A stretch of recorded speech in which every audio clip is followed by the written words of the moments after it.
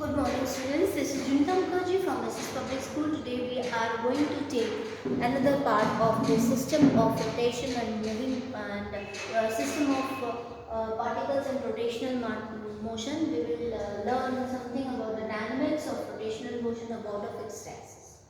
So in this we know that if there is a linear motion, work done is given by f dx. Okay, we have in linear motion we have already know that work done is equals to f dot ds. So it is defined as f dx. In rotational motion about a fixed axis, it should be tau d theta. Since we already know the corresponding dx is equals to d theta and f is tau tends to tau. It is however necessary these corresponds are established on the sound dynamic consideration. That is why we now turn to denote a simplification that arises in the case of rotational motion about a fixed axis. Since the axis is fixed, only those components of torque which are along considered is our discussion. Only those components can cause the motion to rotate along about the axis. A component of the torque perpendicular to the axis of rotation will tends to turn the axis from its position. We especially assume that this will arise necessary force of constraints to cancel the effect of the perpendicular component of the external torque, so that the fixed position of the axis will be maintained and the perpendicular component of the torque need not to be taken into account. This means that for our cancellation of the torque on a rigid body, first point is we need to consider only those forces that lies in the plane perpendicular to the axis and the forces which are parallel to the axis which will give torque perpendicular to the axis and need not to be taken into account. And second point is there, we need to consider only those components of the position vector which are perpendicular to the axis. Component of position vector along the axis will result in torque perpendicular to the axis and need not to be taken into account. So these 2 points are very much important. Apart from this, we have work done on a torque given by this particular figure, which I am going to draw it right now in your blackboard.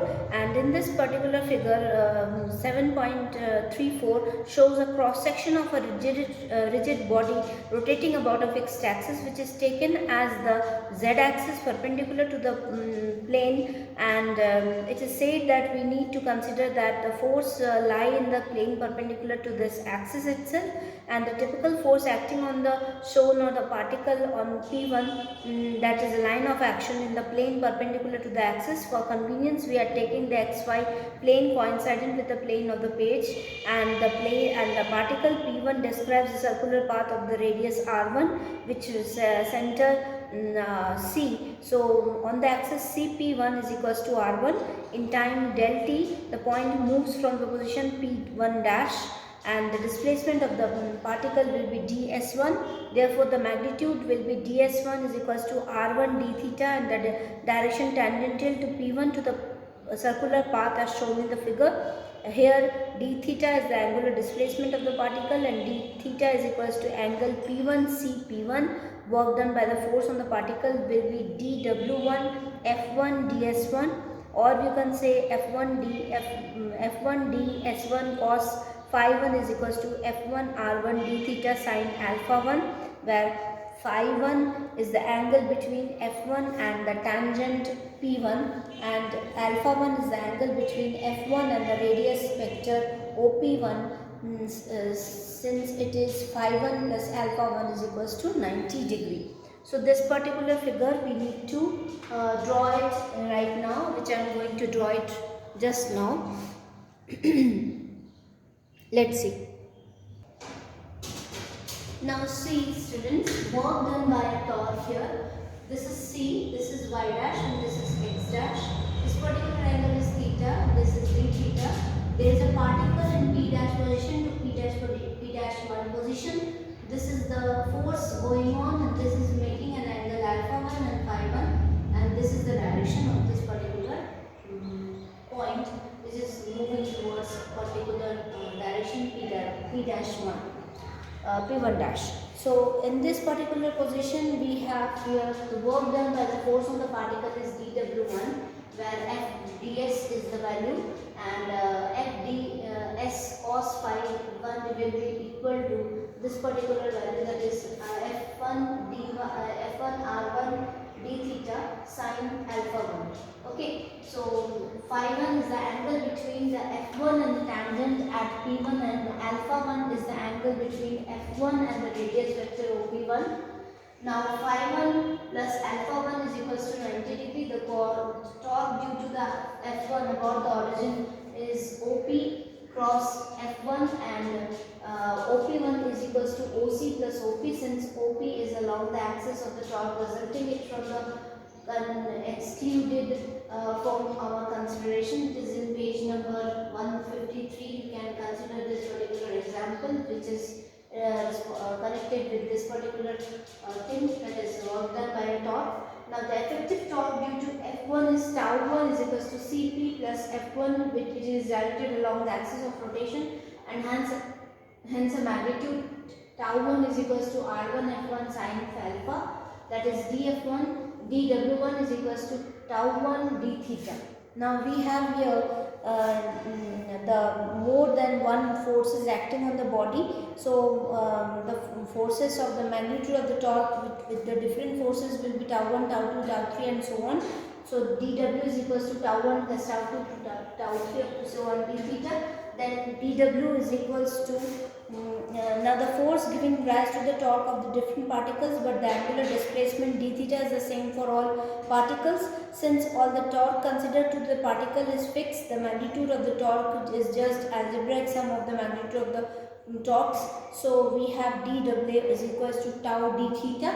This expression gives the work done by the torque external torque, which acts on the body rotating about a fixed axis. Its similarities with the corresponding expression dW is equals to f d theta for linear motion is obvious. Now dividing this particular equation by both sides by dW is equals to tau d theta, we have p dW upon d theta is equals to tau d theta upon dt.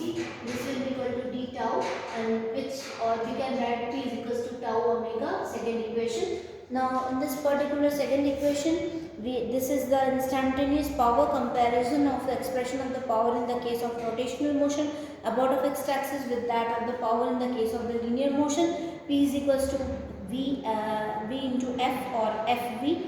In the perfectly rigid body, there is no internal motion. No, so the work done by the external torque therefore not dissipated and goes on increasing the kinetic energy of the body, and the rate at which the work done by the body is given in equation number 7.42, that is this particular equation, second equation, and thus it is equated for at the rate at which the kinetic energy increases. The rate of increasing of the kinetic energy is given by d upon dt, I omega square upon 2, that is equals to I is equals to tau omega upon 2 dt upon dt. So this particular thing is taken into consideration, 2 omega. This is 2 omega, not tau omega.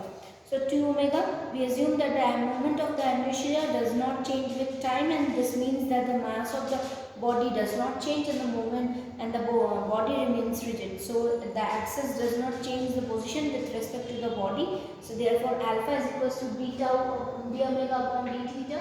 So we get dt upon dt, and equating this equation with respect to this particular value. Okay, so if we equate this equation, then this particular value will be I omega square, and this particular value will be equal to I dt d alpha with respect to this equation, and we will get this value equating rate of the work done and rate of increasing of kinetic energy will be tau omega is equals to I omega alpha. So tau is equal to I omega, third equation, and since this is the Newton's second law from the linear expression, symbolically F is equals to ma. Thus the force produces acceleration, torque produced angular acceleration in a body, and the angular acceleration is directly proportional to the applied torque and inversely proportional to the moment of the inertia of the body itself. This is respective with that of the Newton's second law of rotational motion about a fixed axis. All these things which I have told you from the book that you need to write down here itself, I have written only the equation just to make you understand. From the from where it has been taken, this particular equation has been taken. Hope you have understood this particular equation. Nothing you have to keep in mind, only this particular theorem, the things you need to take in mind, and the matter what we have to reduce here from this particular figure. So this particular thing can come in the exam. It's very important. Please go through this particular topic. So moving towards for yet another topic, or heading towards that another topic is angular momentum in the case of the rotational about a fixed axis. This will be the particular equation or related with that of the rotational axis, which will be continued in the next video. Thank you, students.